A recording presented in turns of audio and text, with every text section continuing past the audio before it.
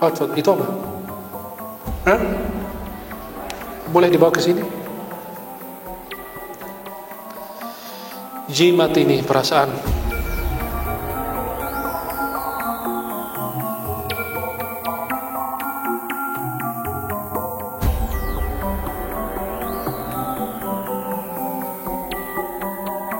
Sihir cinta.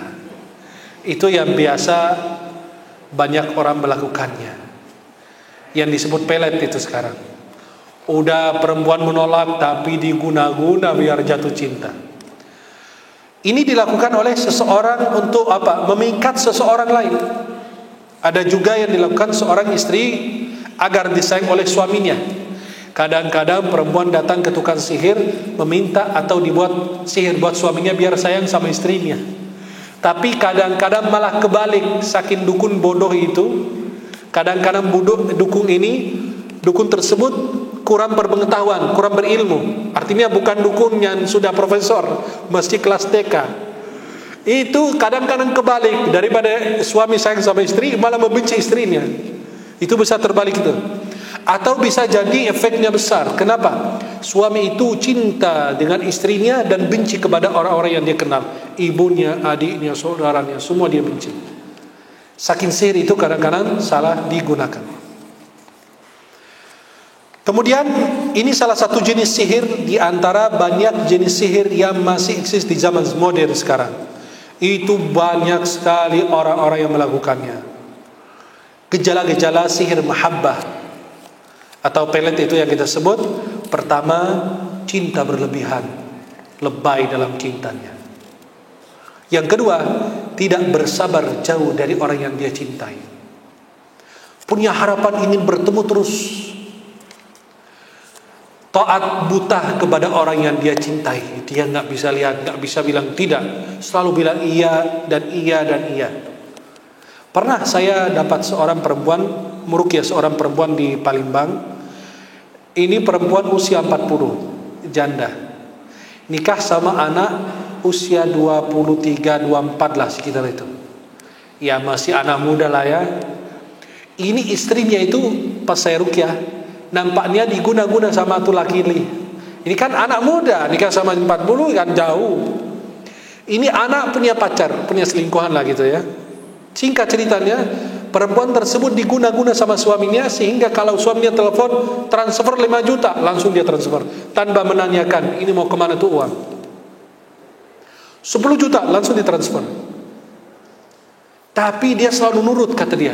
Saya kalau suami itu ngomong, bingung saya, kenapa saya selalu tunduk kepada dia. Itulah kadang-kadang dari sihir, membuat orang tersebut menjadi taat buta. Dia tidak bisa melarang, tidak bisa bilang tidak kepada orang yang dia cintai. Sihir tersebut obatnya gimana?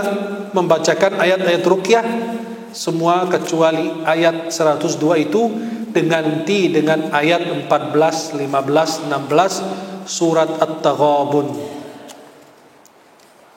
Kadang-kadang orang yang kita ruqyah itu tidak kesurupan. Orang yang terkena sihir pelet itu enggak kesurupan, tapi merasakan lemas atau ada bagian-bagian yang sakit dalam tubuhnya, atau sakit kepala, atau sesak nafas, atau ada sakit di perut, di area perut apabila itu sihir dikasih buat minum dan makan.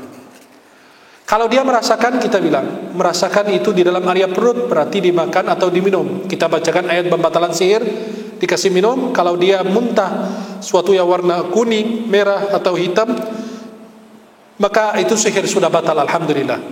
Tapi dia minum air tersebut yang kita bacakan pembatalan sihir selama 3 minggu atau lebih. Kemudian kita kasih air yang dibacakan surat ayat Al-Kursi. Ayat Al-Kursi. Kemudian sihir berikutnya adalah sihir At-Tafriq, pemisah. Sihir ini bertujuan memisahkan seorang istri dari suaminya, anak dengan orang tuanya. Seorang yang bersahabat baik sampai berpisah dengan sahabatnya. Seorang dengan saudara atau teman karibnya, teman terdekatnya. Itu kadang-kadang orang gunakan sihir tersebut seperti atasan ke bawahan biar benci, biar dia tidak dipilih, tidak didekatkan, tidak disayangi dan seterusnya. Itu terjadi juga.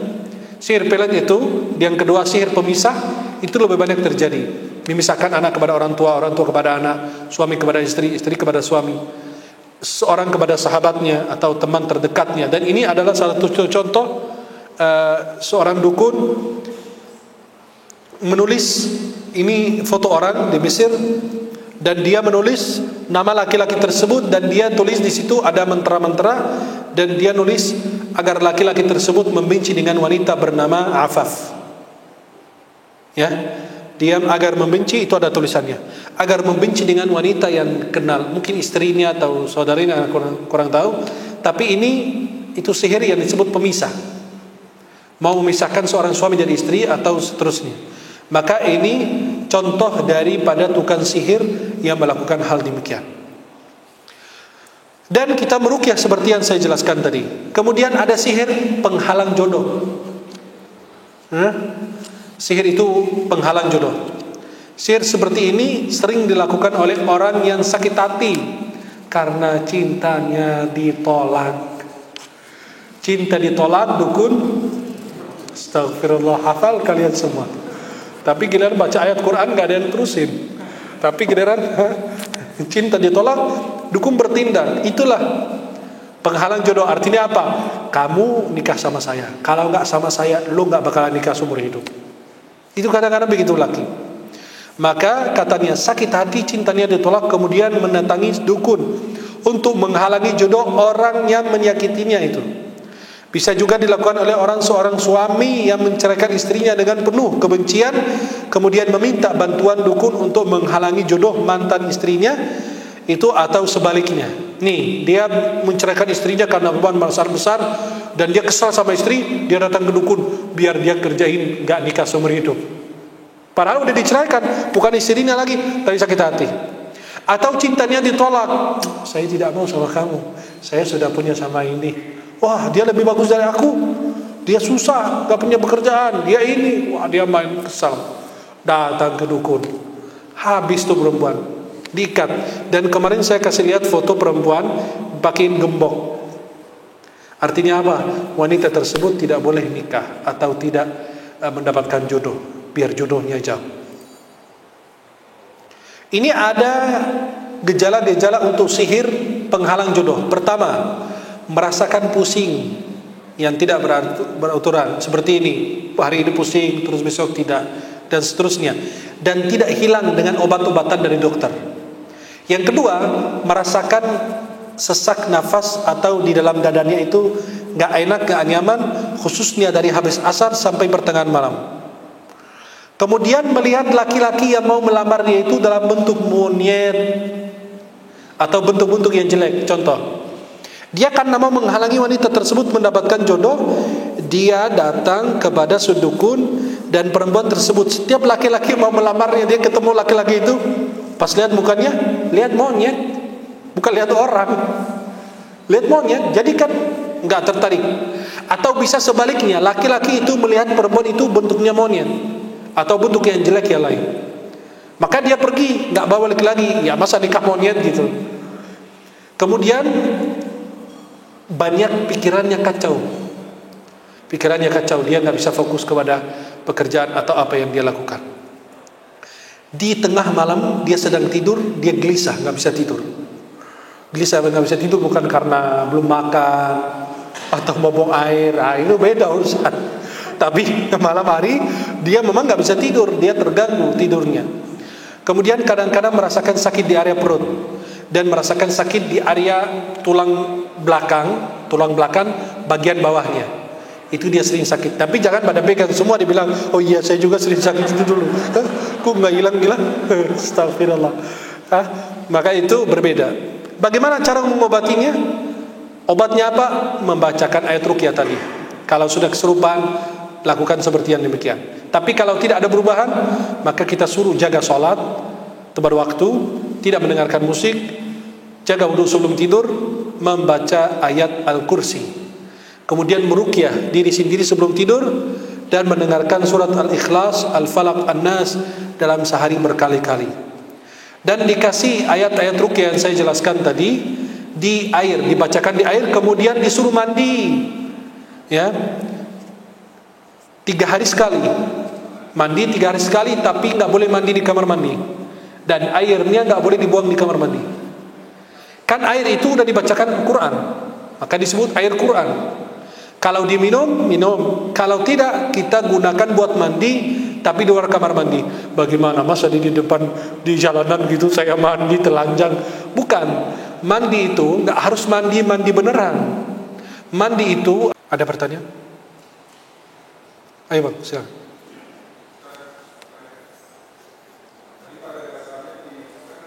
Oh, iya.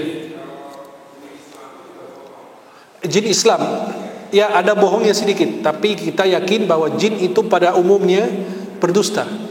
Kalau jin Muslim ya biasa kayak manusia lain, ada bohongnya, ada tidak gitu. Maka kita mempercayainya, artinya tidak mempercayai 100%. Tapi kita mengambil perkataan itu sebagai waspada doang. Yang membawa sihir itu, contoh, dia bilang sihir itu ditanamkan di sini. Kita harus memastikan benar-benar sihir itu di situ sebelum digali, dan seterusnya. Ya, wallahu a'lam. Silakan, ada bertanya lagi?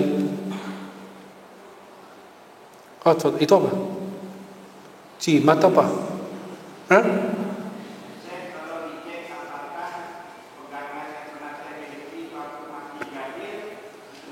Boleh dibawa ke sini? Jimat ini perasaan.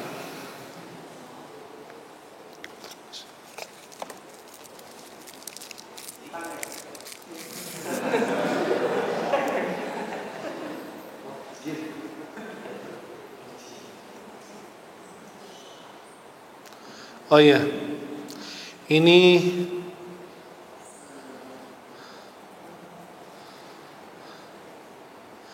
adalah jimat dari kitab-kitab sihir. Biasanya dari kitab Syamsul Ma'arif namanya. Ya, itu harus dimusnahkan. Itu jimat, tidak boleh. Ya, ini jimat. Ini yang punya ikhlas dimusnahkan ini. Ikhlas kan? Udah dikasih ya? Alhamdulillah. Siapa yang mau? Biar jinnya nambah. Nah, nanti saya musnahkan selesai kerja.